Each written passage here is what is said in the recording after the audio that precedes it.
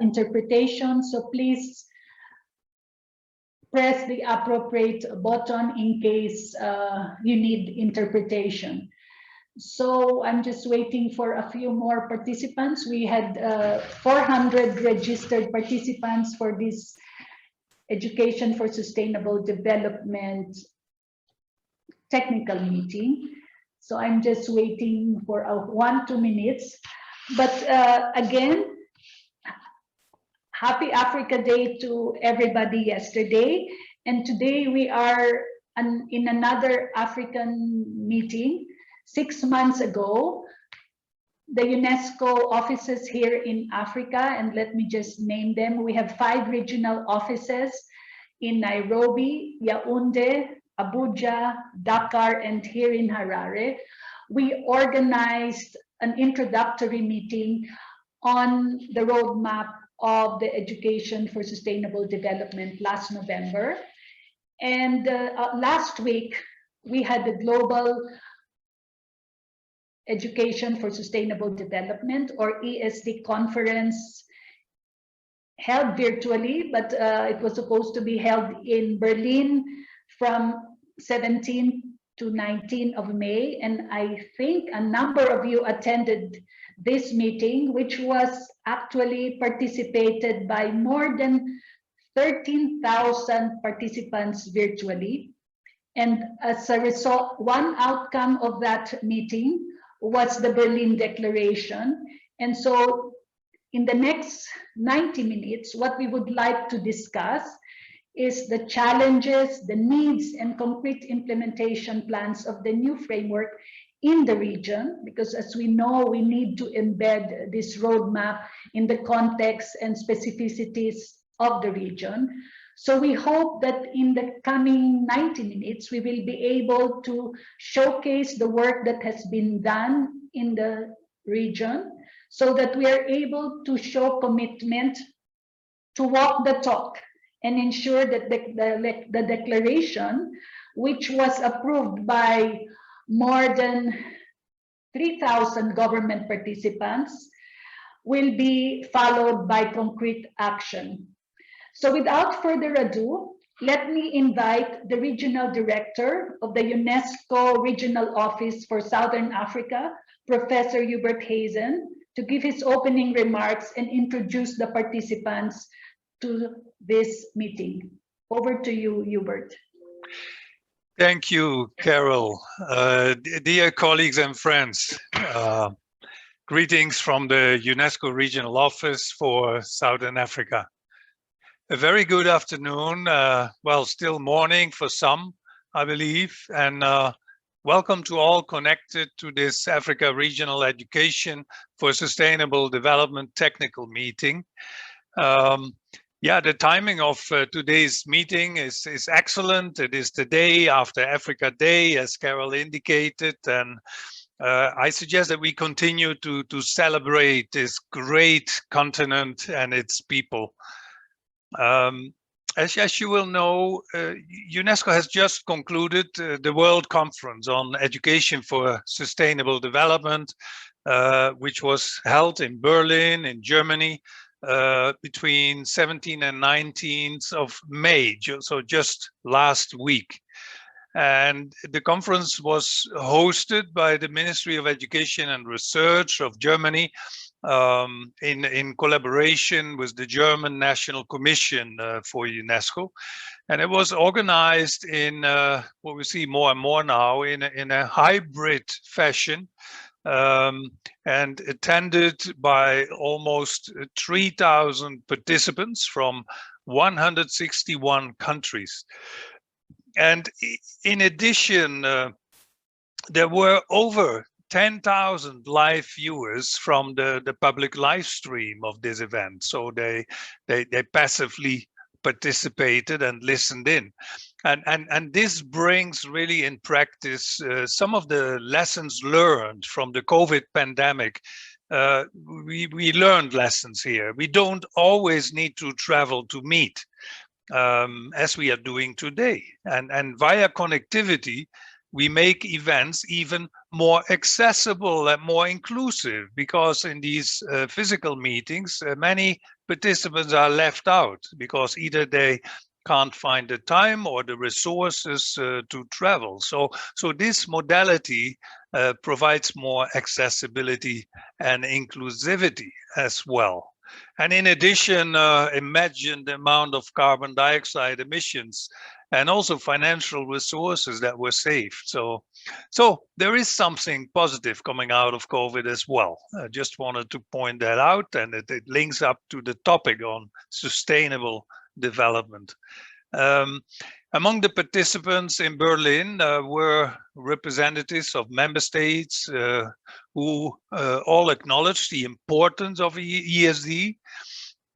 And what we saw was their determination to increase efforts in their professional capacities to address the pressing global challenges, in particular, human-induced climate change, limited and recklessly exploited resources, rising temperatures and sea levels, poverty and unsustainable economic structures, inequalities, and others. And key outcomes from the conference were several. First of all, an increased global awareness about ESD, but also the articulation of concrete actions to be implemented through the adopted Berlin Declaration. And I hope the Berlin Declaration has been shared with everyone.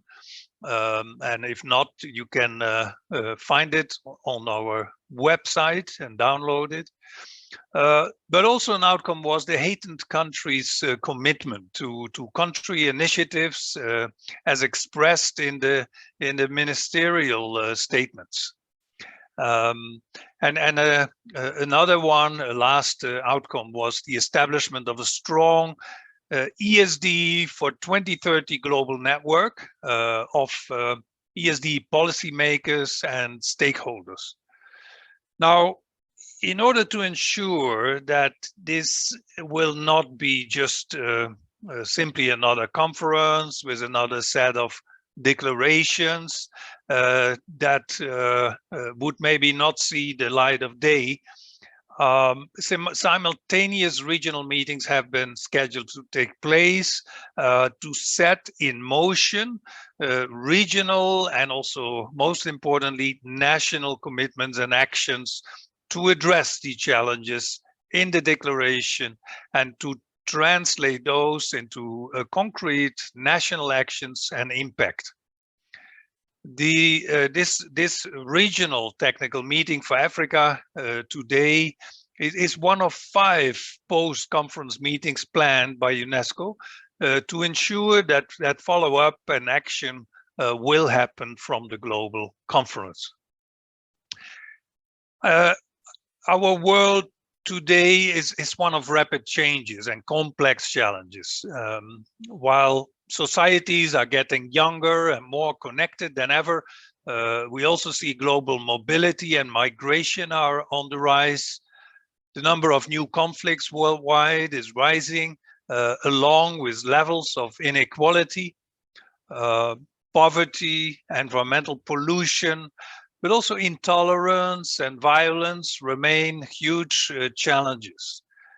And while climate change is threatening our course to a sustainable future, bringing with it an increase in natural disasters and spurring refugee movement.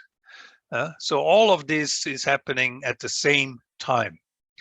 And on top of that, we see the COVID pandemic, which has added a new dimension to these daunting global challenges and trends. So in the midst of these rapid changes and challenges, the way we think and act and the way we teach and learn must change. It must change profoundly. And I want to repeat what Mandela said. Education is the most powerful weapon you can use to change the world. And we believe that education for sustainable development indeed can help change the way we think and the way we act.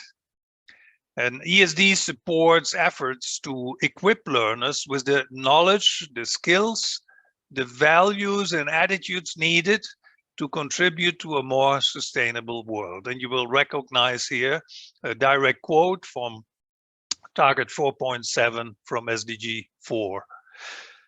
Now, also the UN General Assembly resolution, the number 72/222 of 2017, reaffirmed UNESCO's role as the lead agency on ESD, and it recognized ESD as, and I quote directly from the resolution, it says, an integral element of the SDG 4 on quality education, and a key enabler of all the other SDGs. And then there was the 2019 UN resolution, number 74/233, which reinforced this by calling upon countries to enhance their ESD implementation. Now, the regional technical meetings, the 5 meetings organized by UNESCO, aim to ensure that the global conference outcomes are turned into concrete actions implemented by the member states.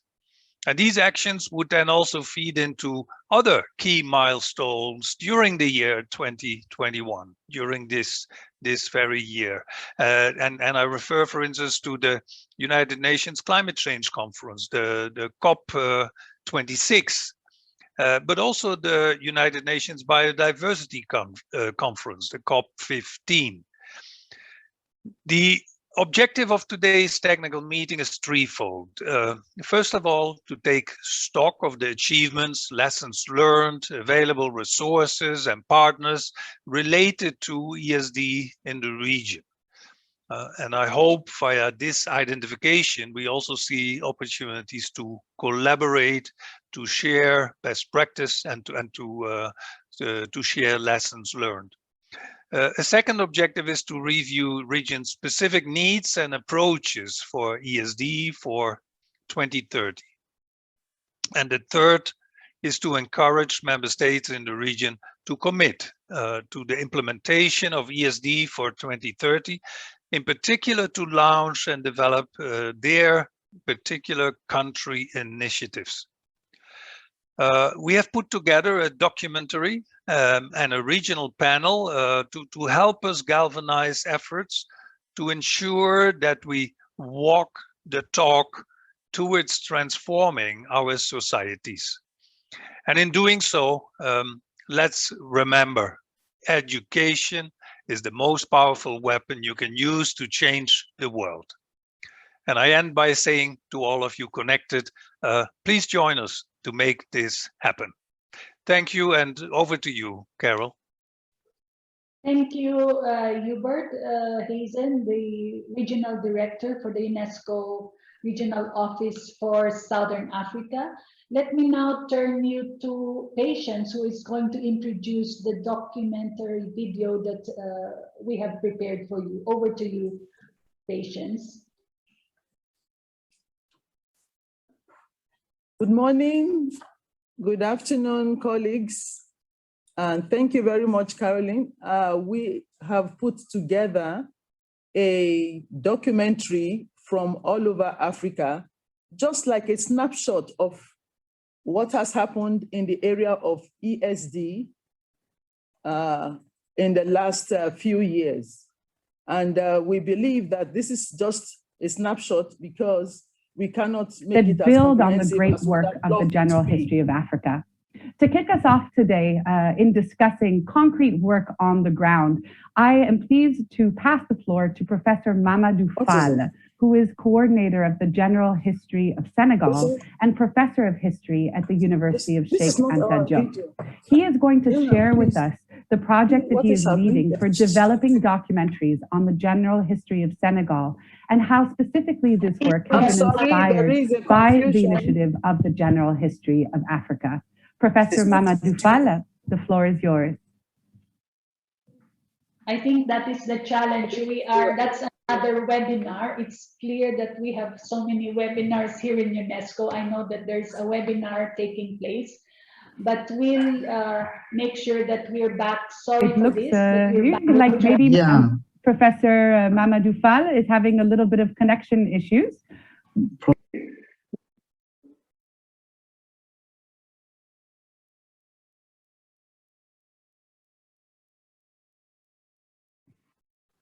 I think there's another webinar from UNESCO, so we'll just make sure that we are not crossing our videos and signals.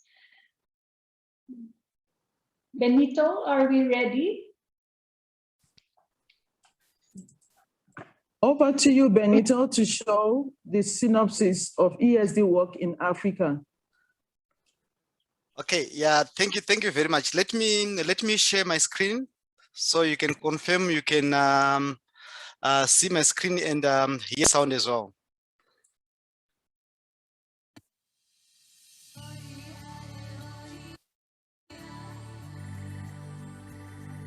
I can confirm. Thank you. Africa has a large quantity of natural resources, including diamond, sugar, salt, iron, cobalt, uranium, copper, bauxite, silver, petroleum and cocoa beans, but also woods and tropical fruits, among others. Recent oil reserve discoveries have increased the importance of that commodity on African economies. Almost 60% of Africa's population is under the age of 25, making Africa the world's youngest continent, attributable to high fertility rate and declining child mortality. This provides an opportunity for the continent to address Africa's sustainable development challenges through the effective use of the continent's natural resources. Education for sustainable development presents the teeming youth population with the values, principles, and skills for creativity and innovation to play a key role in the continent's economic transformation. Rooted in the spirit of togetherness, Ubuntu, I am because we are. Africa's philosophy of education has always been centered on the progression of people bound by the same cultural values, knitted around the spirit of togetherness and respect for self, others, and the planet.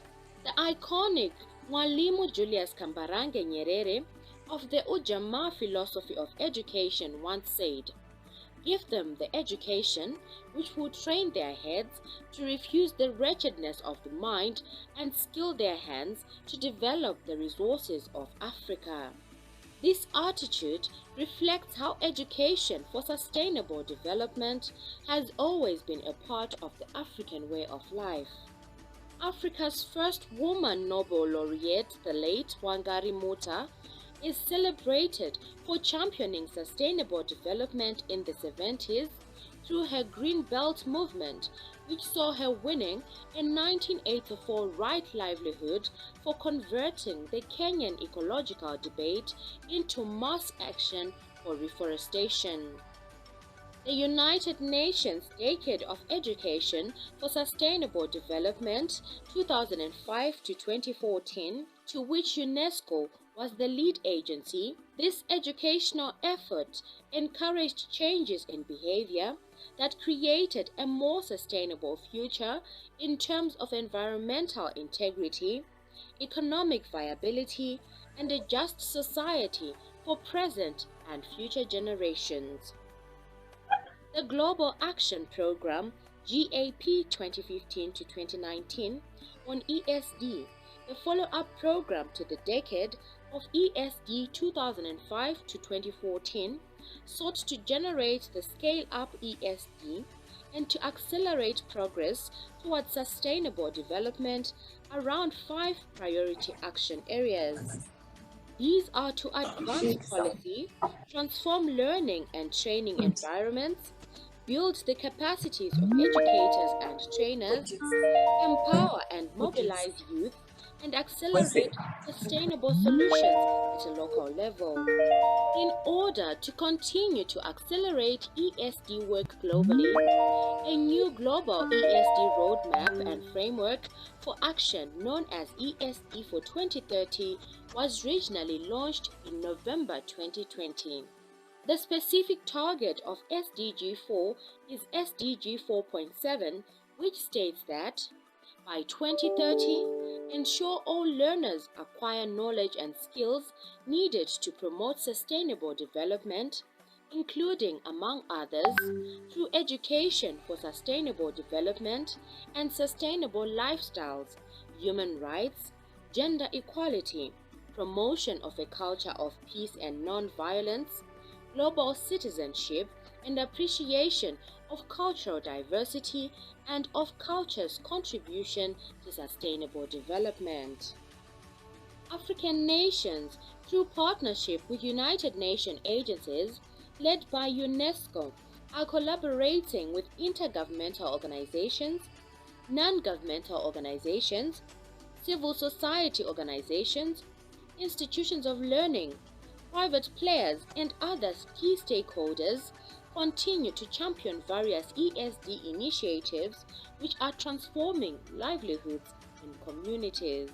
4 UNESCO Japan Prize winners from Africa are Cameroon, Zimbabwe, Namibia, and Botswana in 2016, 2017, 2018, and 2019 respectively, for their innovative and transformative ESD programs. In Eastern Africa, a notable achievement is that the Ministry of Education in Kenya has mainstreamed ESD in the ongoing curriculum reform exercise and among the first in Africa to have an ESD policy. In Western Africa, Nigeria is implementing the Omo Green Economy in Biosphere initiative, which has enabled the community to benefit from sustainable projects which have added to food self-sufficiency at household level as well as improved the environment. The Sandwatch project implemented in Cape Verde networks the educational community, students and teachers, and the associates of the Sandwatch Foundation. Together, through the promotion of citizen science, they work to understand how climate change is affecting beach coastal systems, how to build ecosystem resilience, and contribute to adaptation to climate change. In the Southern Africa Development Community (SADC), UNESCO is implementing a program on sustainability starts with teachers (SST) in 11 countries that are running for 4 years. In 2019 and 2020, 160 teacher and TVET educators in 77 institutions in the first 6 countries have been actively participating in integrating ESD in their curriculum and policies. Africa actively participated in the just concluded 3-day virtual UNESCO World Conference on Education for Sustainable Development held from the 17th to the 19th of May 2021, and in cooperation with and generously supported by the Federal Ministry of Education and Research of Germany and with the German Commission for UNESCO as advisory partner. Key outcomes from the conference were an increased global awareness about ESD and the articulation of concrete action to be implemented through the adopted Berlin Declaration, heightened countries' commitment to country initiatives as expressed in the ministers' statements, and the establishment of a strong ESD for 2030 global network of ESD policymakers and stakeholders. The late African icon Nelson Mandela once said, "The power of education extends beyond the development of skills we need for economic success. It can contribute to nation building and reconciliation." We are steadily but surely introducing education that enables our children to exploit their similarities and common goals while appreciating the strength in their diversity.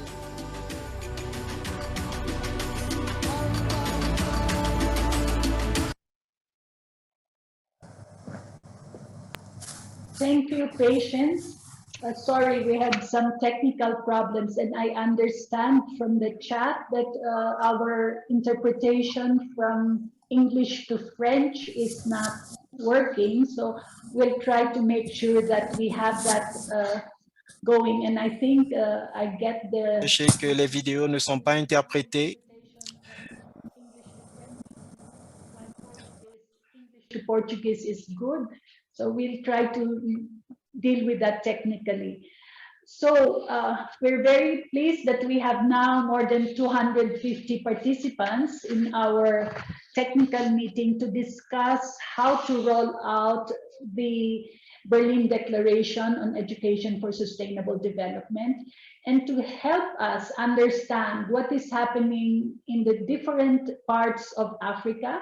Let me introduce to you Dr. Dimitri Sanga, who is the director of our regional office in Sahel.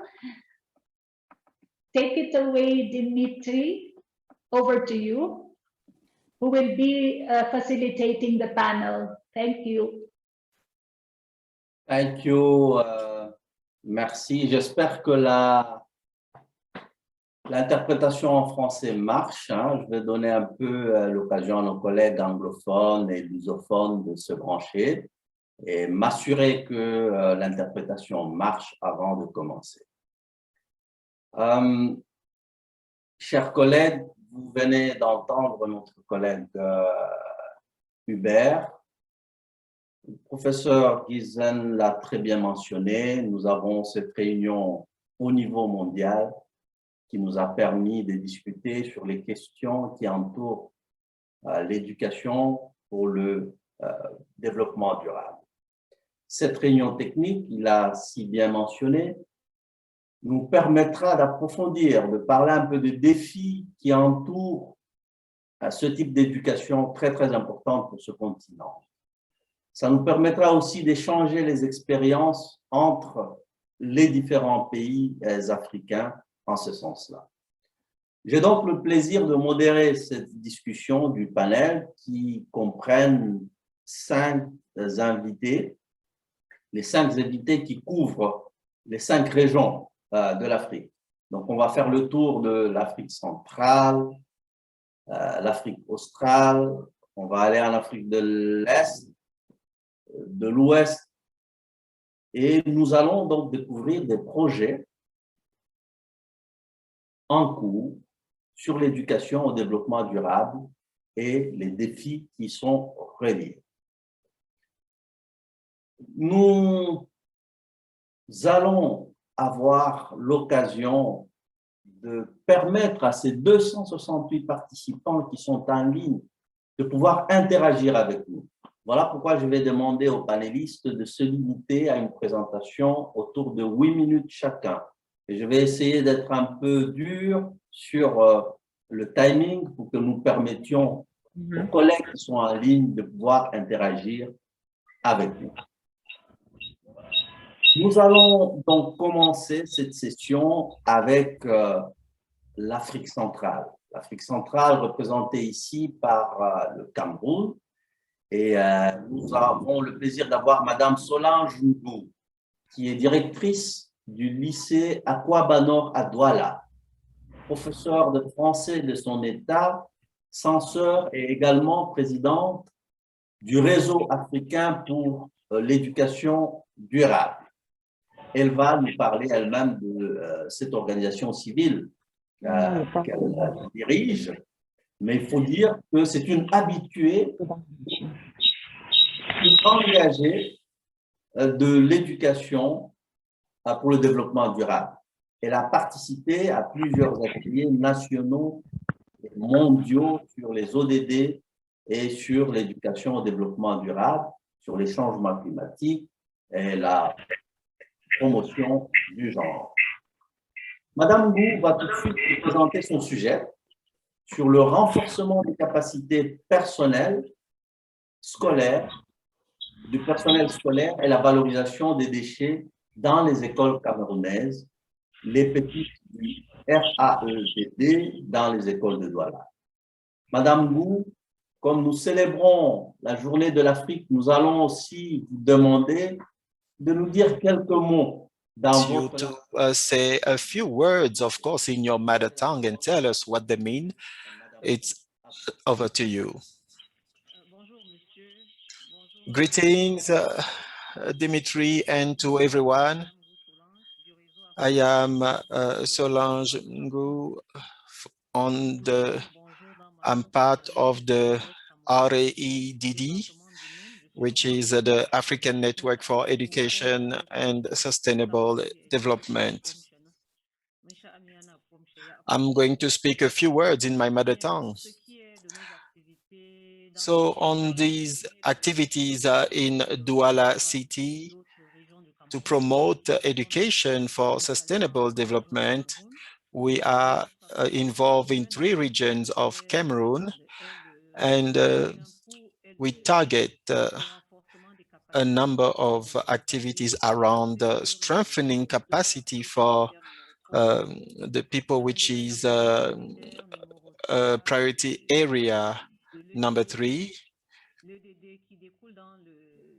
from the SDG 4. In Cameroon, our action is coming to consolidate the work that is already done. We have programs from the year 2000. In 2017, we had new programs, and we had new curricula to work on the education at high level. So our work is mainly as teachers to strengthen capacity. We saw on a daily basis that we do not really include ESD, and we thought it was good to have a good idea around this. And since 2012, we thought about having a few meetings, a few webinars with heads of schools. And we saw that many teachers were now involved in education, but they did not have much information around ESD. So we had to do a lot of capacity building so that they could integrate education for sustainable development in the work that they're doing. Now, following the training, the teachers were so happy, and we pushed it further. And now we are in this priority action area, which is number 4 on young people. So we saw some of the images on the video. I saw images from Cameroon. So we created those ecological tools, and we also participated in the Day of Environment, and we showed our knowledge and our know-how. Now, given the activities that are planned for schools, we have a number of challenges. First is the lack of knowledge around the SDGs. We explain to the colleagues what is in the programs, and we have teaching modules. We explain the link to the SDGs and the ESD as well, because it's not on the manuals. People think it's something new, but they understand that actually it was part of the SDGs from the very beginning.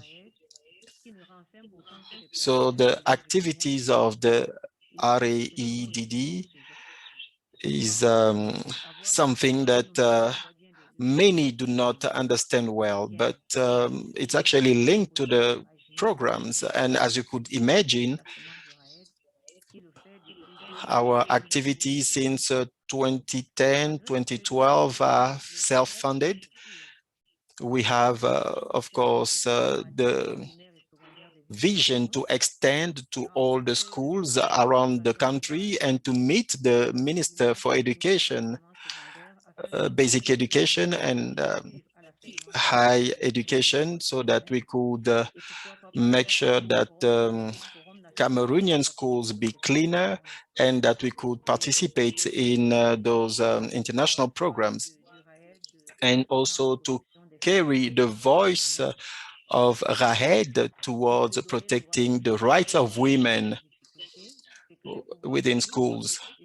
And we also want the Ministry of Education to understand our work so that we could have a better relationship and to include our organization as part of the partners of the ministry for a better integration of the ESD, and to show that they are very interested in the work we do as a civil society and not as a trade union, to participate on the National Forum on Education that is incoming. Because at the moment, most of our programs, as they do not include the ESD, we may not see much results in the coming years, but we want to really bring in ESD, and only then people will understand how it goes, and that people will be aware.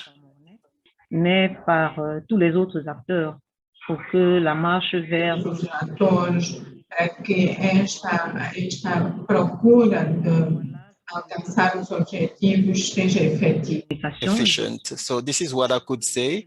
Thank you very much for allowing me to present the activities of RAHED up to today. Thank you. Thank you very much, Madame Solange Ngu. Now we can see we're dealing with a teacher. She did not take much time. She showed and explained the experience they have on ESD. She also explained that although it's a very important initiative, but the initiative is facing a lot of challenges. So first, to expand it to the entire education system in Cameroon, for many to benefit from it, but also the issue of funding. So thank you, Madame Gu. Panelist is coming from Eastern Africa. This is Dr. George Muganga, who is a principal administrator and lead agency coordinator for the National Environment Management Authority. Dr. Muganga will be making a presentation on behalf of the government of Uganda, represented by the Ministry of Education and Sports, as well as key agencies, partners, including the Uganda National Commission from Unesco, the National Environment Management Authority, and the Conservation Effort for Community Development Group, representing civil society organizations. Dr. Muganga will talk about mainstreaming ESD into policies and plans, progress and challenges in Uganda. Again, Dr. Muganga will also appreciate very much during these celebrations of Africa that you share with us a few words in your native language. Over to you, Dr. Muganga. Thank you very much, Dimitri. Mwasibate, that's the local language, meaning how are you? Good morning, Africa. Good afternoon, Africa, wherever you are. And greetings from Eastern Africa. Unfortunately, I cannot share my screen because the host has disabled me. So I'll go straight to the presentation. I will present on mainstreaming ESD into Uganda's policies and plans, and specifically look at the progress and challenges that we have registered as a country. Just to take you through the legal and institutional framework for our country in respect to ESD, Uganda is a signatory to all conventions and resolutions related to sustainable development and quality education. And we have our constitution, specifically Objective 27. It states that the state shall promote sustainable development and public awareness of the need to maintain natural resources in a balanced and sustainable manner for present and future generations. We also have several policies, right from early childhood development policy, universal primary education policy, secondary education policy. These provide free education to all learners at those levels. We have also had the country pass into law a bill known as UNATCOM bill. It is now an act. This in principle legalizes the Uganda National Commission for Unesco, which is the lead agency for implementing ESD in the country.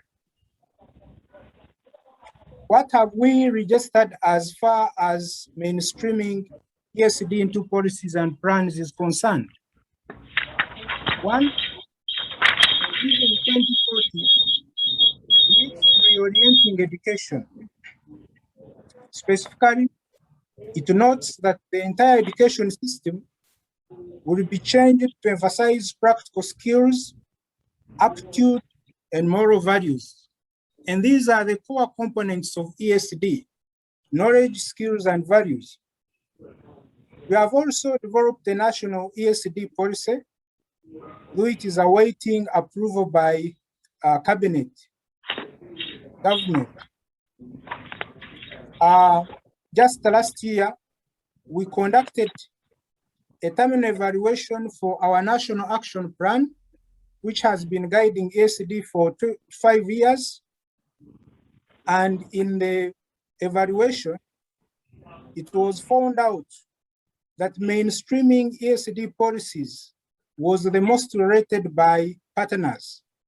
83% of the partners noted that ESD policies had been mainstreamed. We have, in addition, gone ahead to integrate ESD in the National Development Plan 3.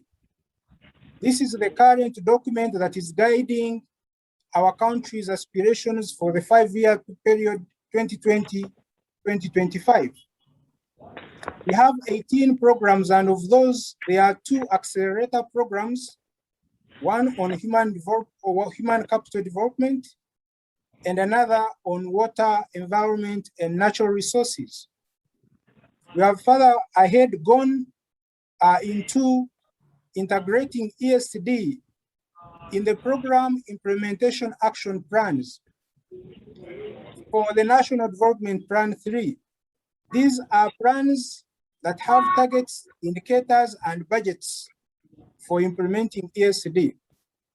At sector and institutional level, we have a number of strategic plans, investment plans, including the education sector strategic plan, the plan for my agency, NEMA, where I work from, among others.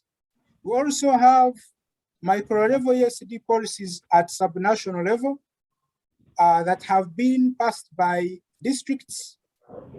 These are local governments in Uganda as ordinances, bylaws, resolutions, and commitments on school feeding, practical education, handwork, among others.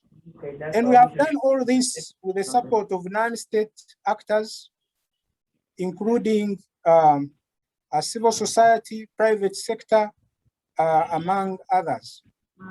What have been our key challenges? I've noted that we have delayed the ESD, we have developed the ESD policy, but there is a delay in its approval. We also have a limited number of stakeholders, particularly within the government, as there are fewer ministries that are taking up the mantle. The issue of funding, I think, has been noted. The issue of reporting, capacity challenges, especially in schools where we have ESD trainers, champions. When they get transferred, we get a challenge of replacement and community and mindset change. So going from here, what is Uganda's implementation plan for ESD for 2030? One, our country has developed a national ESD for 2030 framework. Where Uganda is the first or among the first countries to have a localized ESD for 2030. We have called it NESD, National Education for Sustainable Development for 2030. So far it has been validated internally, and next week will be validated externally. By the end of this month or so, we hope to have a national framework for the next 10 years or so. We have, in addition, gone ahead to develop a national action plan for national education for sustainable development framework. This action plan translates the framework that I've told you about, translates into specific targets, plans, indicators, and budget lines, meaning that it will be easier to implement. And what is very interesting is the integration of emerging areas in our national education for sustainable development for 2030 framework. Key among the areas that have been integrated in our new framework are refugees, environment, climate change, digital education, especially COVID taught us a lesson that we need to shape up, disasters and emergencies, among others. All in all, we are ready to implement ESD for 2030, and together we should be able to synergize, get support from each other, back up each other, and see that the ESD for 2030 roadmap is successfully implemented and completed. I thank you for the time and for listening.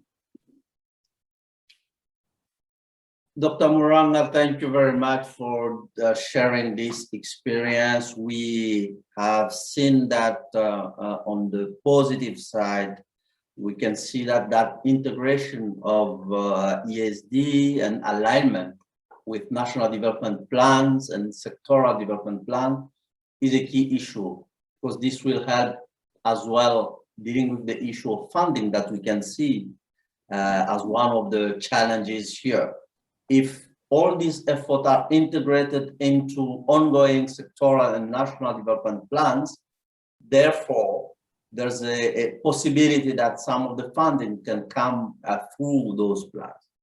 Nevertheless, you have mentioned the key challenges, including a mindset change that I see that something that which is very important. And this must be part and parcel of our effort when we are dealing with education for sustainable development. And a kind of innovation, we need to look at some issues that need to be taken into account when dealing with ESD. The issue of refugees. It's not only in Central Africa, West Africa, people are more and more on the move. And for that, there are some key implications on the fact that people are moving in great numbers on this continent. So integration of refugees into those plans is also a very important issue. So thank you for that. We will now move to West Africa. And I believe that our colleagues from Nigeria are ready to share their experience. We have the pleasure to have today with us Reverend Father Dr. Andrew Dewan, who is a senior lecturer and director of advancement and linkages at Plateau State University, Bokos. He will be sharing with us an experience about transforming the learning environment, the Nigerian experience. He will tell us about some of the key challenges facing the national education system and direction to consider for meeting the ESD goals. Reverend, if you are with us, you have the floor. Over to you.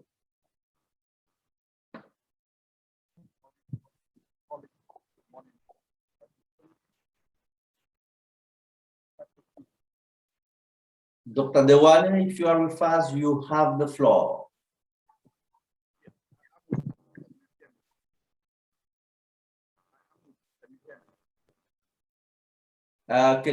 Colleagues in the technical committee can you look at that if he's connected? I can see that he's connected, but he's struggling. He's unmuted. He needs to unmute. Please unmute so that we can hear you.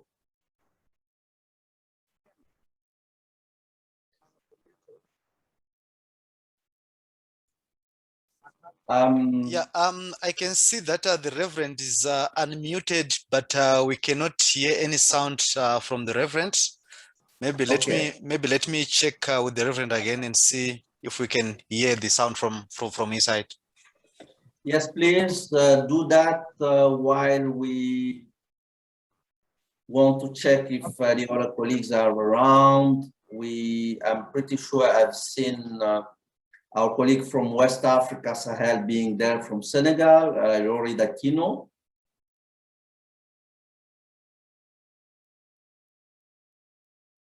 And then we are expecting a colleague from Southern Africa, from Mozambique, also as well to be with us. Okay. With this, I would like maybe us to move to the next speaker while we are trying to sort out the connection problems with Reverend Dewan. Our next speaker is from Senegal. Nous allons donc demander, nous voyons qu'il y a beaucoup de chemin à parcourir pour atteindre les ODD, hein. Que ce soit en Afrique australe, en Afrique centrale, d'après les expériences que nous avons eues. We're speaking about strategies to reach SDGs. So we will ask him, who is the coordinator of NGO specialized in protection, Lurin Yori. He has been working in Senegal on a project on ocean and to undertake activities to improve the practice sustainable development. And this presentation will be a sensitization in the schools and on cinemas and in the villages on the environment protection. So, Yuri Dakino, you have the floor. Thank you, Chair, for the floor.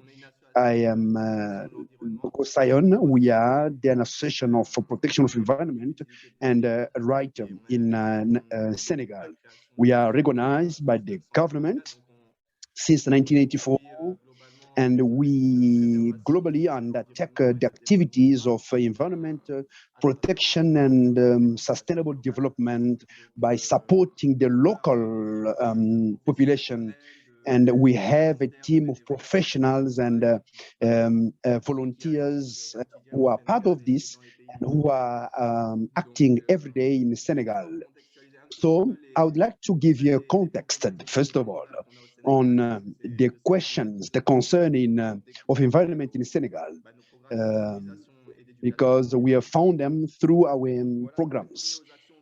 And now all our activities are on the sensitization, because we can clean the beaches and public spaces and cut trees, and our activities not have a sense if there is no proper sensitization of our population on our activities. So in Senegal, we started from there. We have seen that the forest is disappearing, and 215 hectares per day. It is concerning that in 60 years, the entire forest will disappear. And this will provoke land sliding. So, and these are the problematics that provokes a lot of thoughts. And we have deforestation, we have all the biodiversity resources disappearing, and fishes, and we are today seeing the looting of oceanic resources. So that is it shows the need of sensitization, and sensitization becomes a key activity for also socio-economic activities of the population. Let me remind you on the fisheries that there is a study that in 1970s they had small-scale fishes, and when you compare to 1980, so they are able to fish 10 kilos. So there's a progress. And now in Senegal, there is also a majority of population that lives on the secondary sources. So, and their substance is compromised. And we think that it is urgent to put in place and implement appropriate programs so that the population must be taught and trained to know how to manage their own resources and the environment.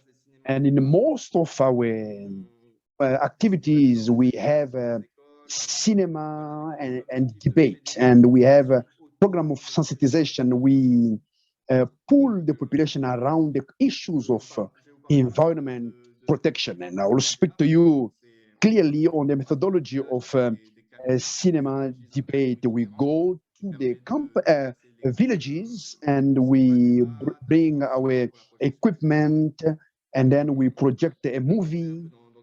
And then after that, we go through all the villages and we have the buy-in of the population, and they participate. And we pull together all the stakeholders who are concerned by this project, and we invite every single person to reflect and to question and to express himself, so that each one takes ownership of the theme. So it is an undertaking that also gives a space for the people to express themselves on the topic and to ask for the floor, and we give them even during the presentations. And we do movies that that we did in Senegal around the ocean, so that the population can identify themselves with the visual, and so that they are conscious, because the consciousness, it is an important aspect of the sensitization. So we underscore the need for interaction during the projection of the movie. And we can even, during the session, we can stop the session and ask questions, and so that the message will go across. So this year, we have a lot of restriction of COVID. We have limited activities on sensitization, only 100 at a time in some villages. So, but it hasn't been possible because we needed to have about 1,000 to 1.5 1,500 people at a time, so that we run a successful program. But I can also speak to you that in 2010, it was a very productive year for the SDGs. We did about 320 projection. We've covered at about over 80,000 viewers, and it was very successful. So these are very important figures. So we really base ourselves on the cinema to sensitize the population and share our message. And most of the time also, we use community radios to circulate the information. And these community-based radios, they transmit in the villages, in the local language, and they defend the interest of the population. So we also use them as channels. So I'll also speak to you about schools. We also go to schools because the school is full of the new generation. It is them that will be dealing with the environmental challenges of tomorrow and stakes. So we sensitize them as well. And in that aspect, we have also a methodology which is well adapted. We speak to the teachers and the school management. We share with them. We identify the need and the themes, and we propose activities and what should we do to capture the attention of the children. Support de sensibilisation d'ailleurs, qui sont, récemment on a écrit un conte pour enfants, donc on a aussi des bénévoles acteurs qui viennent nous aider. We have also some actors that can help us in order to have a good representation and have greater interactivity, and also with the stakeholders. So we have also posters in terms of visuals, which helps also to sensitize the teachers themselves. And we have programs during the school. We try so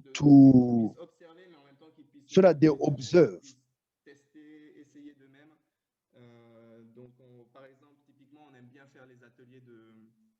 Des ateliers de semis, de levée de dormance des We graines. also have workshops. Ils peuvent vraiment voir aussi comment elle va grandir, qu'il faut en prendre soin. Ça permet de développer une vraie sensibilité par rapport à la question de la reforestation et plus globalement par rapport aux questions environnementales. Donc voilà. So the objective our objective is to train a young new generation that will take care of the environment, and we want to give them their knowledge so that they can look after the environment presently and in the future, and also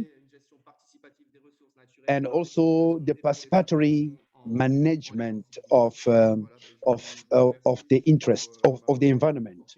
So thank you for giving me the opportunity to do this presentation to you today. Thank you. Thank you, Mr. Yakino. Thank you. It's a pleasure for us. The experience from Senegal, I can imagine that it is inspiring other countries, and especially that interaction to go to the communities and to the schools and use measures that helps to sensitize the population, the cinemas, their community radios and posters, because it is important to speak to the people in their own language in which they understand the text. So I've seen among the challenges since the COVID-19, you have also underscored that challenge, but it's about time to explore other means to reach those people, especially the young people who are in their schools. They've put in place the ITC approach. So it's important to continue in that sense and continue to expose children to this education on sustainable development. And thank you for this rich and enriching presentation from Senegal. And with this, we will try to go back now to is well settled to share the experience from Nigeria. Colleagues on the technical side, have we managed to have Dr. Dewane connected? Please, Dr. Dewane, if you can hear me, can you try to unmute your microphone? Can you unmute your microphone, please?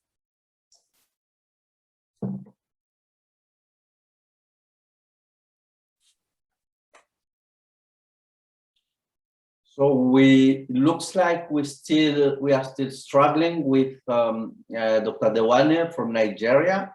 Let me see if our representative from Southern Africa is with us, from Mozambique.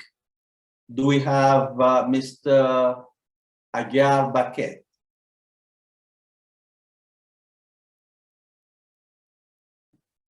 Est-ce que Monsieur Aguiar Baquet a pu nous rejoindre?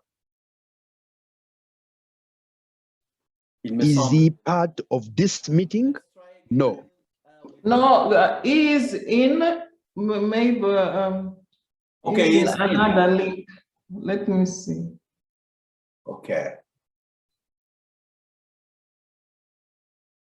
So the first to be well connected, we will start with that. So either Reverend Dewane or Mr. Baquet.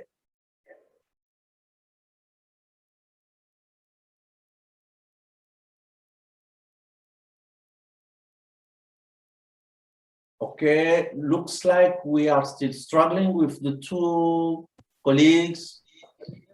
While we are struggling with these two colleagues, let me thank the three presenters, the three panelists who have just shared their experiences with us. We can now start opening up for interventions and questions from participants, while trying at the same time to get the two other colleagues, if they can manage to deal with the technical glitches. So the floor is yours. You can just raise your hand, and then I will have maybe Caroline help me identify the list of people who would like to take the floor to share something, to have a comment, and please clearly mention to whom, if it is a question you address to whom of the panelists you have addressed your question. You all have the floor. That's time for you. Please, yeah. Hello, morning. Good morning. Hi, sorry, this afternoon now. Please go ahead.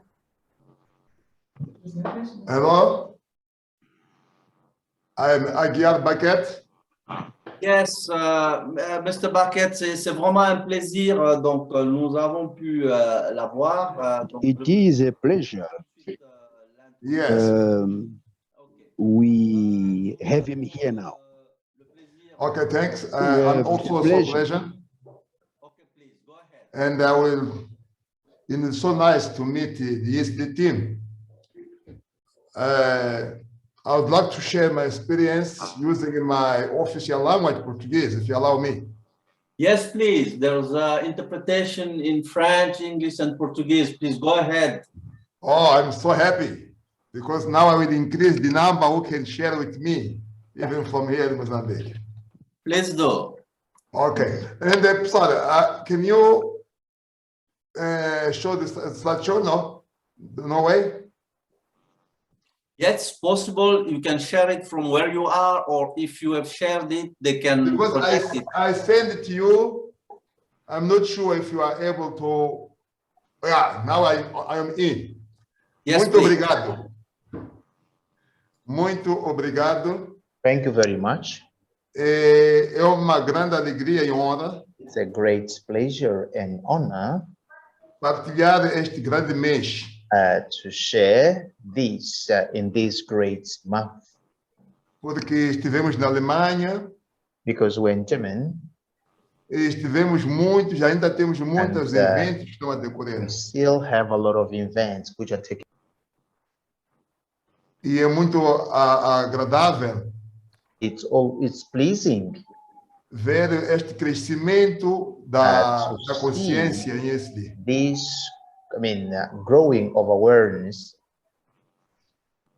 Quando olho pouco o meu país, Moçambique. When I look at my country, Mozambique, que começamos a entrar neste barco. We started with this.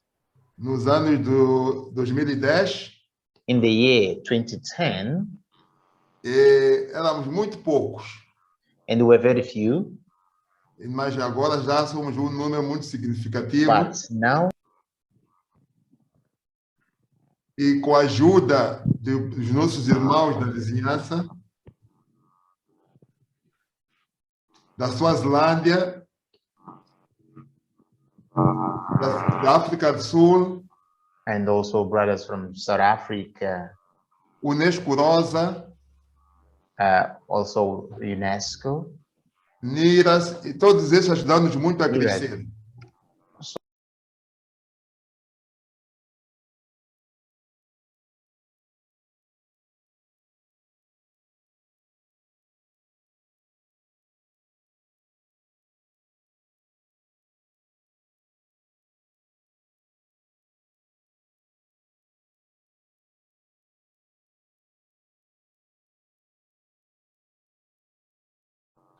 Podem baixar bocadinho o slide, por favor?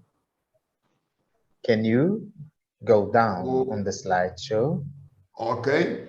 E então, eu vou falar bocadinho do Eduardo Molhano, já que vai falar de Moçambique. About Mozambique. Então, podemos deixar bocadinho o slide de novo?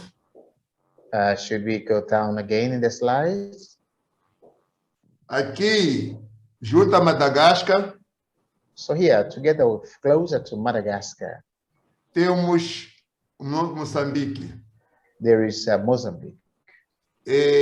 Malawi não está no norte de Moçambique, está bocadinho. Malawi is not in the northern part of Mozambique. Yeah. E são os nossos vizinhos, como poder ver, a Tanzânia, a These our Zâmbia, neighbors, as you can see, Tanzania and Zambia, Zimbábue, Zimbabwe, Suazilândia e Eswatini, e todos eles, felizmente, graças ao Unesco Rosa, temos partilhado muito. Owing to Unesco Rosa, we've been sharing a lot with them. Podia baixar, por favor, bocadinho nosso slide? Could you go down again the slides?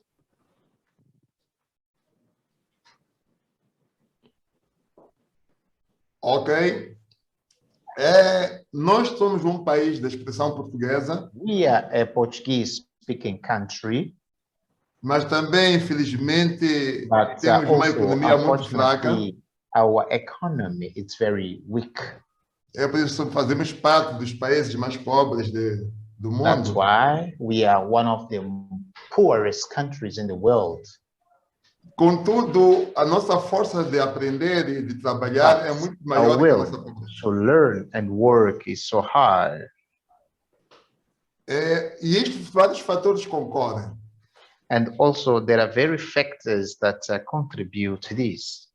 Como podemos tentar ilustrar olhando para a nossa língua de expressão, looking at our language, que é o português, official language, which is Portuguese. Apenas 17% Only falam com fluência. 17% of Mozambican can speak Portuguese fluently. E é a nossa língua oficial. But that is our official language. Mas também tem uma razão que é uma vantagem. Temos there is outras another línguas que é a nossa reason. riqueza. We do have other language, which is a source of our. Também vemos alguns problemas. And also we have had some other problems. Felizmente solucionados. Fortunately, they were sorted out. Como o caso da nossa guerra civil que terminou em 2092. Of the civil war that ended in 1992. Eu perguntei quanto tempo eu tinha. Ok. Então, podemos também informar que nós tivemos na última mundial. E que é uma das grandes instituições que nós temos. There is Eduardo Mondlane University, which is one of the big institutions that we have in the country. E temos a faculdade de educação dentro desta instituição. There is also the Faculty of Education in that institution.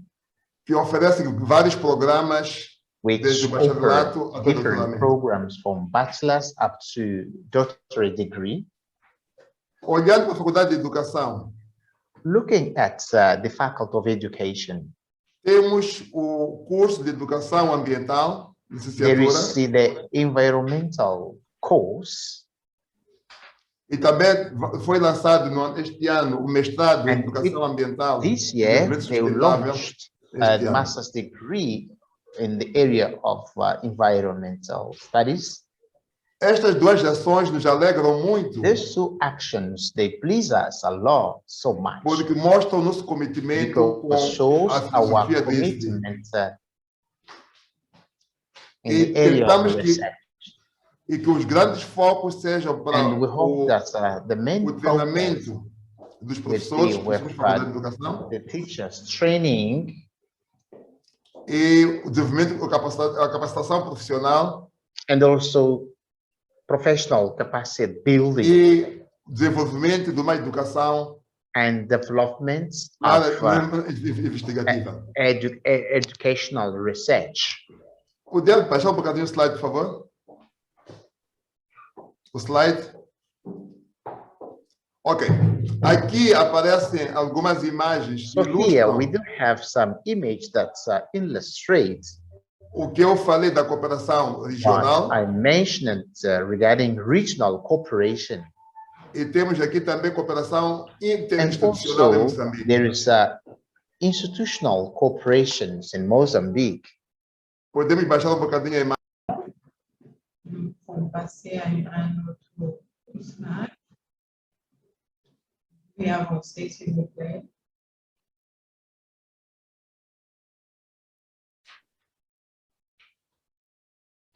O slide, por favor. Sim, sim.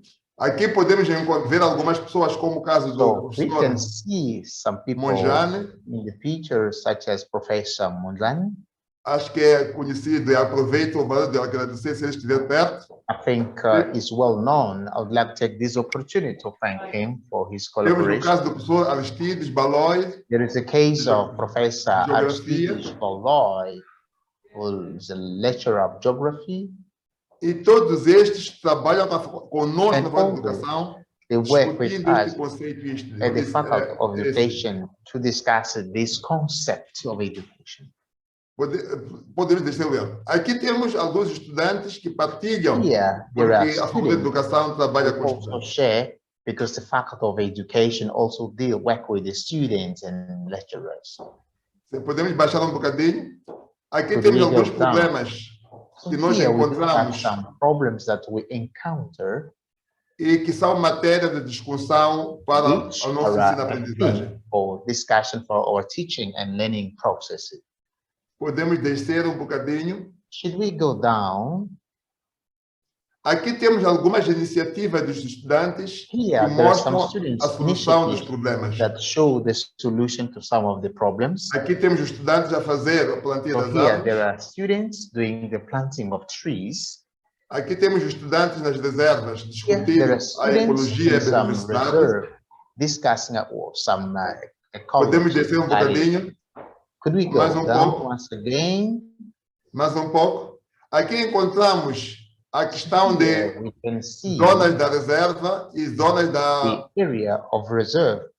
E a forma como os estudantes são desafiados And the way in which the students are being challenged desenhar programas e projetos in order to design programs and projects of teaching and learning that integrate the communities.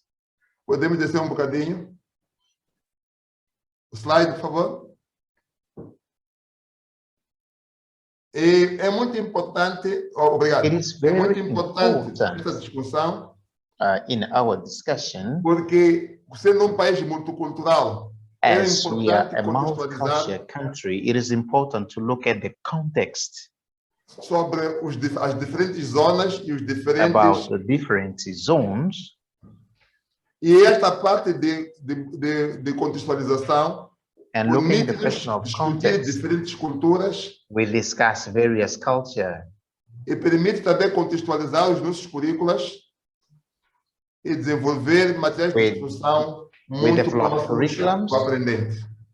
For learning processes. Muito obrigado por este Thank momento. You very much for this, espero que tenha participado com pequeno I did share bloco nesta discussão. I did give some inputs in this discussion. Muito obrigado. Thank you so much. Obrigado. Thank you very much, Professor. This is a very good example of how we deal with education for sustainable development at the higher level. We are still looking at the possibility of having Nigeria with us. Can you let me know if finally Dr. Dewane is connected? Okay, if not, let us can you please close your mic and also the video so that Dimitri can continue? Please unmute and then also thank you very much. Dimitri, I think the one we can try just one more time. We asked him to reconnect. The one, can you please put your video, please unmute.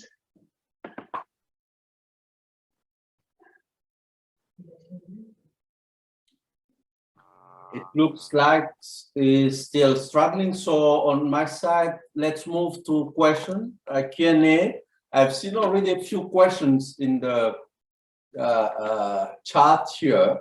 There's one, Clarice, who is asking, qu'est-ce qu'il en est du chronogramme pour la mise en place de EDD 20? What about the timeline for the implementation of SDG? It is a direct question.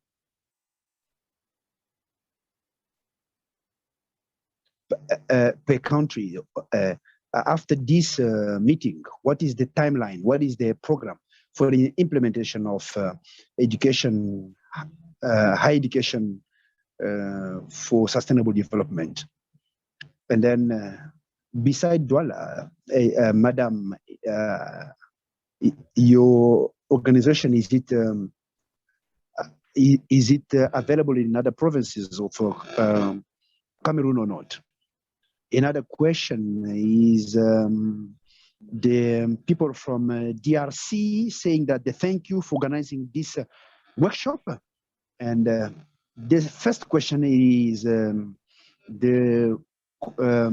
timing for the implementation, country per country, of higher education for sustainable development agenda.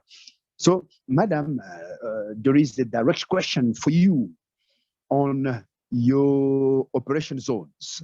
Beside Douala, are you also present in other regions or provinces of Cameroon? Madam, you have the floor to answer.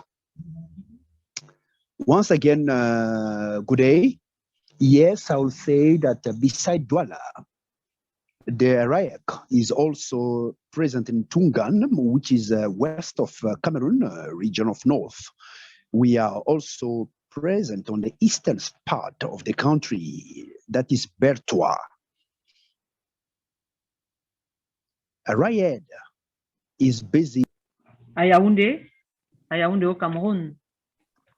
Donc voilà les trois régions et je voudrais préciser que Yaoundé as well. So these are regions where the members of RAED are there, teachers that were part of capacity building from RAEB. So because it is a school, it is a learning. So it is not easy to undertake these activities if we do not have the minimum knowledge. So we are available present in 3 regions. Soon we will go in the center of Cameroon, where I am now being assigned. So Yaoundé, which is the Cameroon, we are coming up. Thank you, Madam, for the answers. Is there any other questions from participants? We have some few questions, but if you want to take the floor, we will take the floor.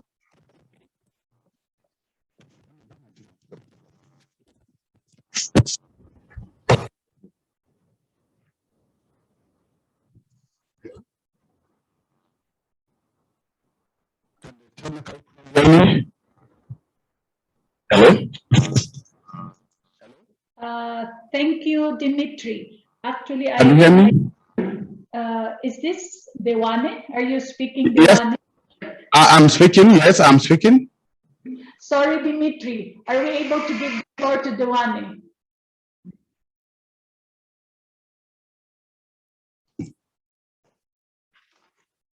Thank you.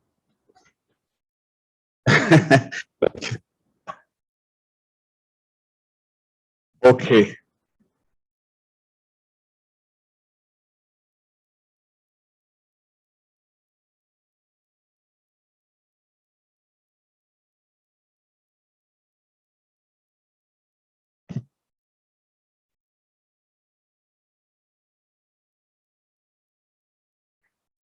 Par une présentation sur la transformation.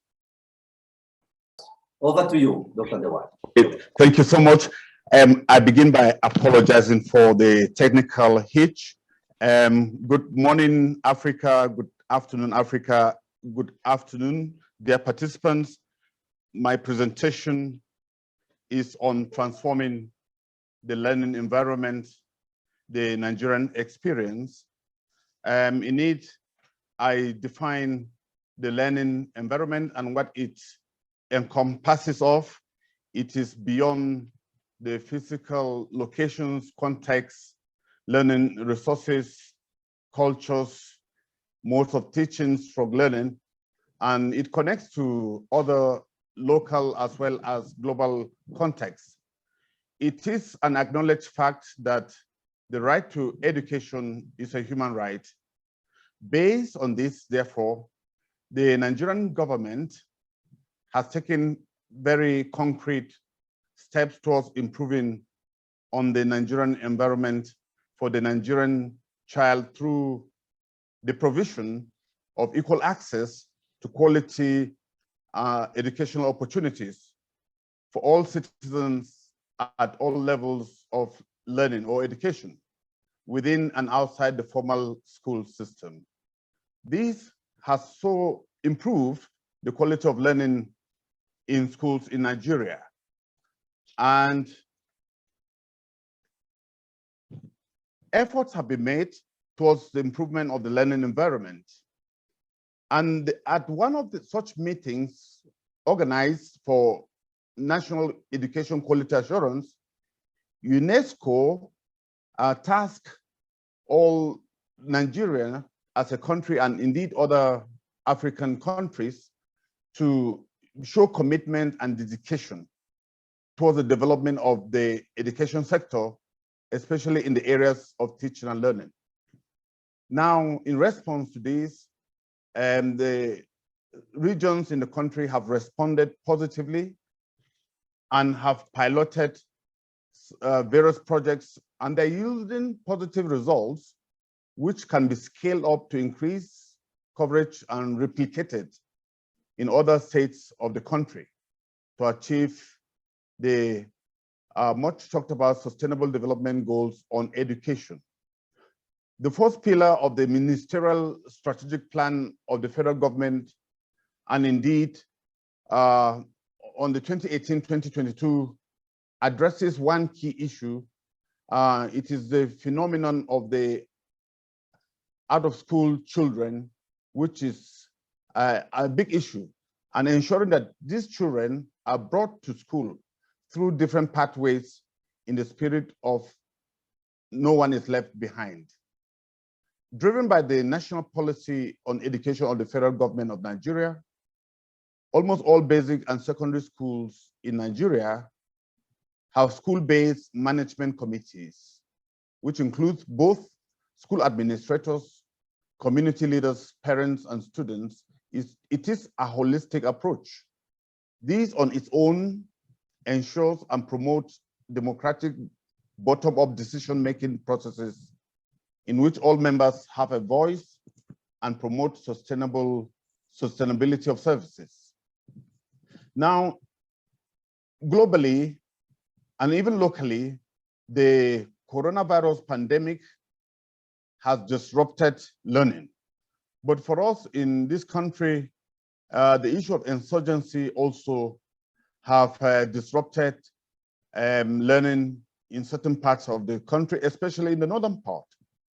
Now, this has led to the sector, the education sector, in promoting a paradigm shift from talk and chalk to an ICT-driven model of learning at all levels in our schools. Now, I will share with you three examples from three states, two from Southwest Nigeria and the other from the South-South part of the country. Let's begin with Osun State.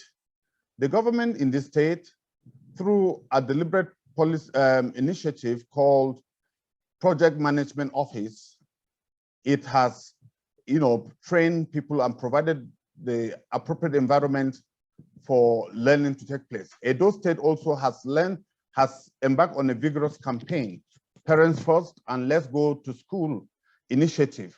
And this initiative has seen the enrollment of over 150,000 students.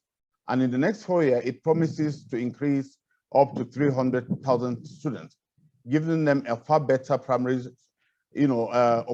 education opportunities. Then the other one is the Eco Excel and the Eco project, both in Lagos State, Nigeria.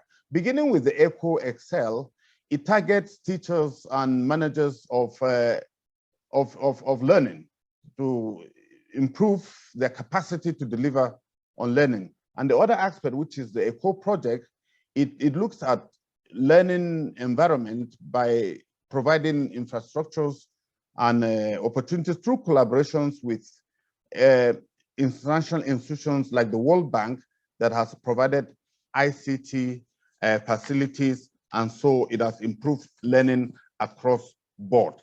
When the Eco project decided to use two indicators, baseline targets, as well as baseline and the target, and it has produced rather an interesting outcome. In this undertaking, it has achieved a 4% increase, which has the current rate is 84%, which is really very good. And in the other sector, it has produced a 66% increase. So it shows that progress has been made in this regard. Now, the way forward. The way forward are wide-ranging and cross-cutting. One, there is a need to scale up and to replicate successful pilot schemes as mentioned in those three states of Edo, Lagos, and Osun State in other states of the Federation that have not yet embarked on this scheme. Now, there is also the need for progressive transformation of learning environment by government, private sector, and other stakeholders in the country. There is need for periodic strategic review of educational frameworks to ensure sustainable maintenance culture for effective service delivery and qualitative learning outcomes, so to achieve the SDG. To also explore and promote alternative learning options, such as the e-learning that we have already mentioned, to reduce cost of infrastructure, as well as avoid learning interruptions that may be occasioned by either COVID-19 or insurgency, as already noted. Now, there's also the need to implement effective strategies using whole institutions approach towards education for sustainable development principles. Now, this whole approach takes into account the learner, the parents, the community leaders, stakeholders, and so on and so forth. When these approaches are implemented, there is no gainsaying that it will go a long way towards ensuring the realization of the SDG goals. Thank you for your attention, and good morning and good afternoon. Reverend, thank you very much for sharing this very rich experience with us. I have a few questions here. We are getting to the end of this session. One question is, what are the capacity opportunities that UNESCO will give for curriculum development on environmental courses? The other one is, how do we incorporate competency-based training in the environmental courses for students? We have another one. Do you think we still need more information on how each country in Africa is implementing ESD? Do we need a platform in Africa where each country can share expertise on ESD? And the last one, may I get the URL for the program of this meeting? I think most of these questions are to the Secretariat, which is UNESCO. So I'm giving the floor to Caroline before I conclude the session. Over to you, Caroline. Thank you, Dimitri. Indeed, the panelists have been able to demonstrate the complexity of the challenges we face vis-a-vis ESD. I think the first, in terms of how is par rapport au rôle et la global nos países, eu penso que we have seen this from the presentations. We heard from Cameroon, for example, that in Cameroon, there's not so much awareness about SDG 4, and we know SDG 4 encompasses ESD. So I think what we need is to really have more vigorous sensitization about ESD. One of the questions that was raised is, what is ESD? Is it only about environmental education?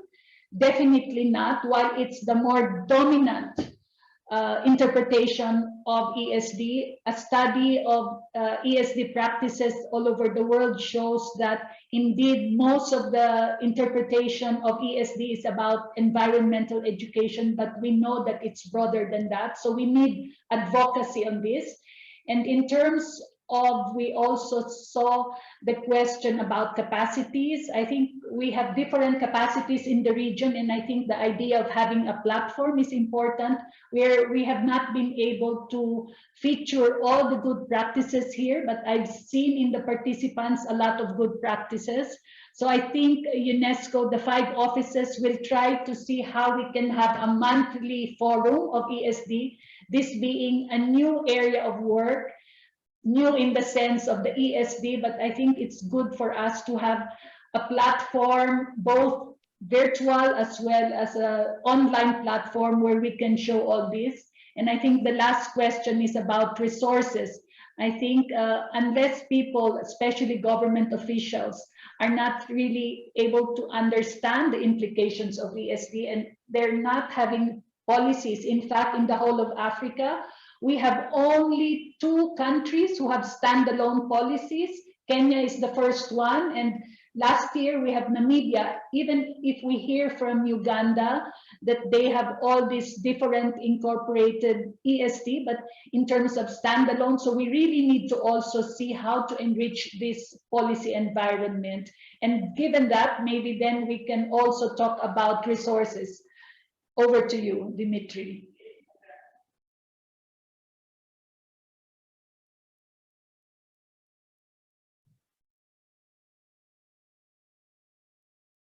To thank all the panelists as well as those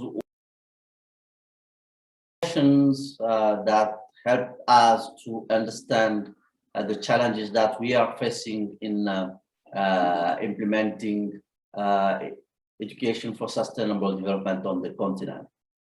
Merci beaucoup. Thank you. Amsegenalo. Marhaba. Shukran. Over to you, Caroline. Thank you, Dimitri. I forgot to mention that Dimitri is also the acting director of our regional office for West Africa. So he is really very busy. So we do appreciate his support and his presence today.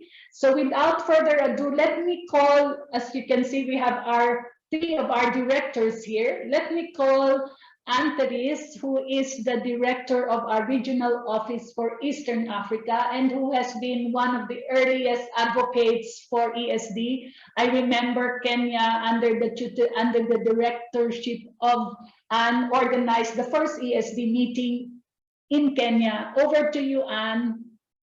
Okay, thank you so very much, Caroline, and thank you to Dimitri and Hubert earlier on. This has been a very rich conversation, but it really presents a lot of other issues and food for thought. And we know that this is a stock-taking workshop or seminar for the preparation of country initiatives. And since we're a little bit gone beyond time, I will really try to give a synthesis that would capture some of the questions that have also been raised.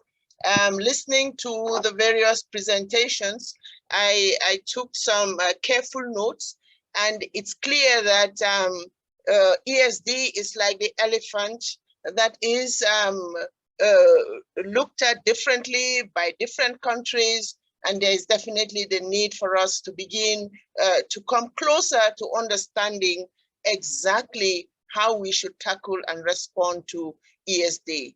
Listening to Nigeria, to Uganda, Nigeria essentially was looking at the environment from a very formal point of view on quality and the infrastructure, also considering e-learning infrastructure. Uganda seemed to have really, again, focusing on the formal, is looking at how to overcome bureaucratic and political hurdles so that ESD can be integrated, and have highlighted already including education of refugees, which is looking at inclusion.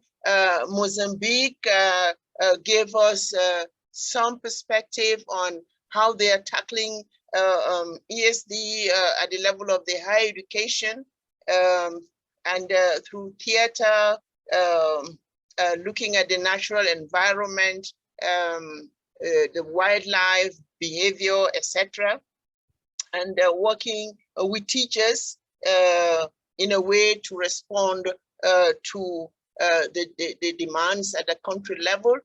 Cameroon, as has been mentioned, also indicated what they've started, but it's quite clear that they would really need further sensitization as well for this country level reflection and response to ESD. Senegal has been quite like different in their presentation, as they seem to have also moved away from the formal sector, looking more broadly at the non-formal and the informal. I think this is really something very interesting, tackling it from the point of view of what are the problems, what are the environmental problems.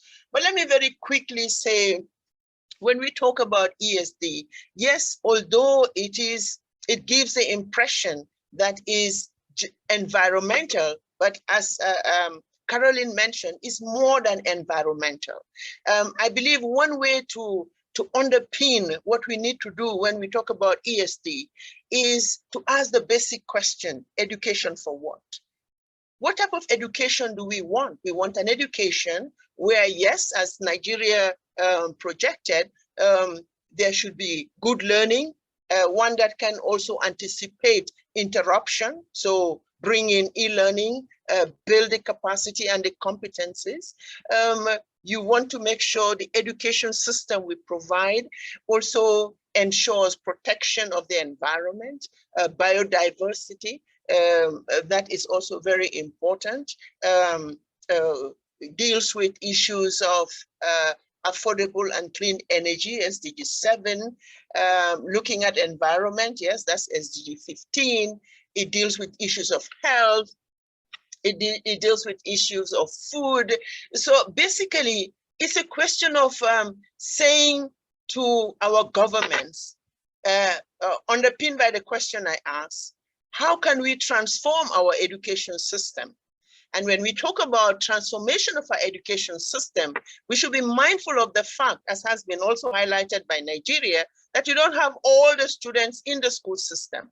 You know, so how do we reach those that are not in school? Or as Uganda mentioned, the refugees. So the issue of inclusion is very important in thinking through our response at the country level.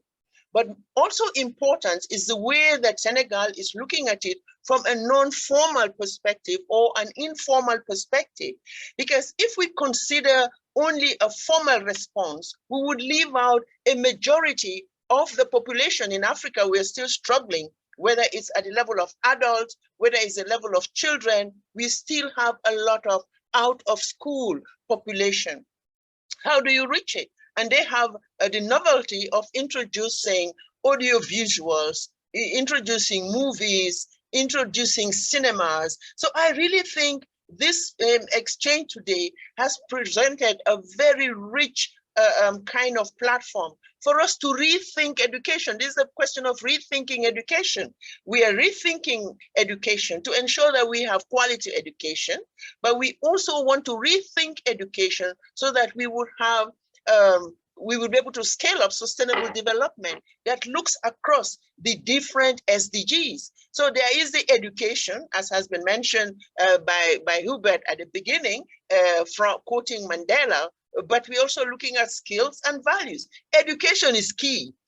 But as Nyerere also mentioned, which was also quoted, you also want to ensure that they have skills. Skills to do what? Skills to be able to feed themselves, skills to be able to keep healthy, skills to be able to ensure that we are managing our resources properly. Like when Senegal spoke, they talked about the looting of our natural resources. So, you know, I mean, I believe, colleagues, if we're going to do justice to education for sustainable development, we would have to look at a multi-sectoral approach, one that will require engaging with the media so that we can use our community radios, as has been mentioned by Mozambique. You know, is it Mozambique that mentioned community radios, or Senegal? You know, I'm mixing it up a bit, but I really believe that the approach we have taken is very much focusing on the formal. We have the case of the mention in the documentary that was given of the Sun Watch. This has been a classical one that UNESCO had used, and we really have it dotted out in a number of countries. Here we are getting children to learn to really take care of their beaches, and that's very good. But also, I think even if you look at the formal or the informal or the non-formal, there's a context of climate change, and how are we really introducing it in our school system?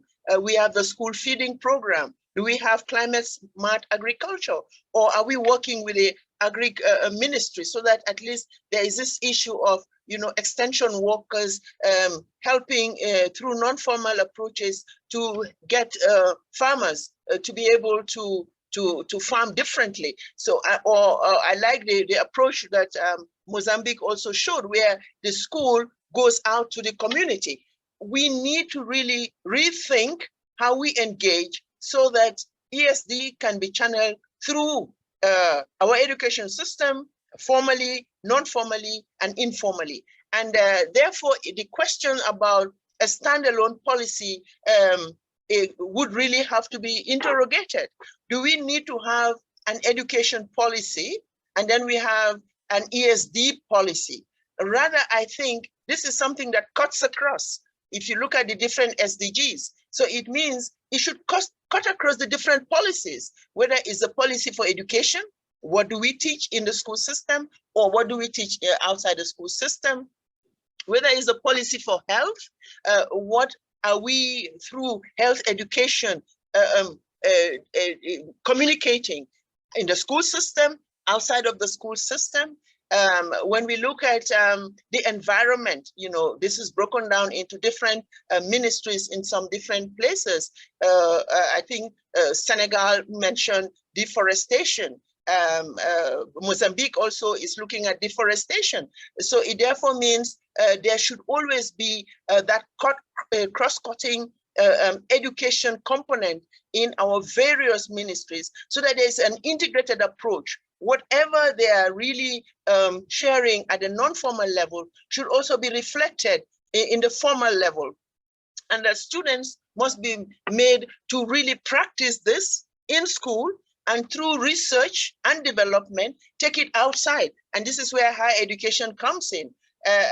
Then you look at the issue of energy.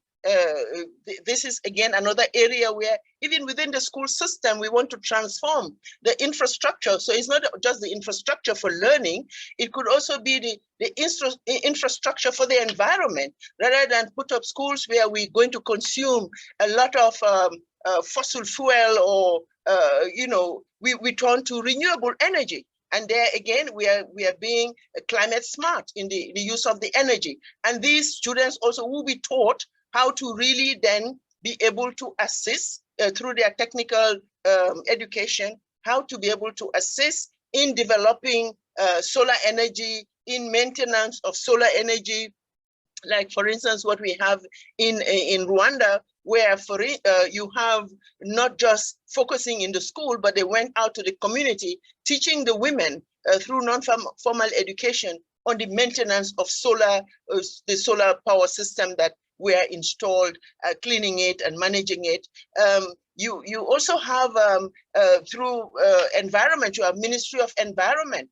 And here again, it depends in different countries, they have different arrangements. And really the question of how do we harness the different engagements we have in a more responsive to sustainable development, it comes to bear. So it's not just one policy. I think it's a policy that cuts across all the various policies, so that we have an integrated response to managing our environment, to ensure there is sustainable development from education, from food security. You have a situation where we have a lot of food loss through post-harvest losses. How do we really then help students at school, communities, to be more responsive to food security, to reduce food waste, food loss? How do we ensure, as we have in the case of COVID, to ensure that our schools are sanitized and we observe certain health measures to ensure that we are not at risk or exposed? So definitely, to conclude, I really want to say from the presentation, it's clear that we have to do more. And I like the idea of Carol, that probably all the offices must come together.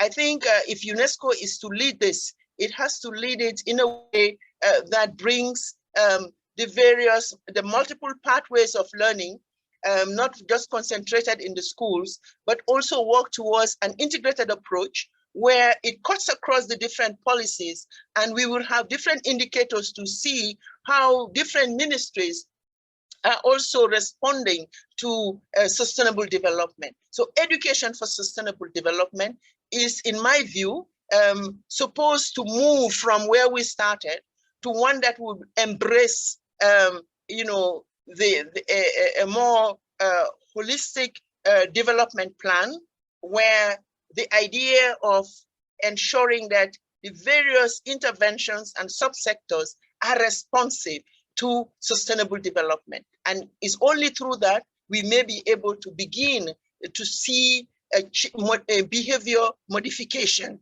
through the formal system, teaching the students, through working with NGOs, like in the case of Senegal, where they can go beyond just schools, but work with communities, use audio visuals, use cinemas, use movies to communicate and to get the message out. We may also work with our community radios, our media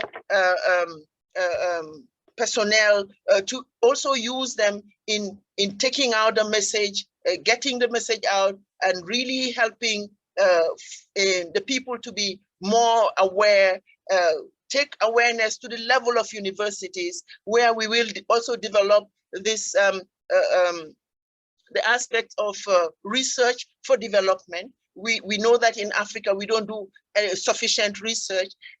Look at also the losses in the economy, because as has been mentioned, if you have a situation where we do not know that our resources are being looted, rather than look for resources outside, we can better manage our resources so that at least our people can eat well, but at the same time, we can trade with our resources rather than allow it to be looted.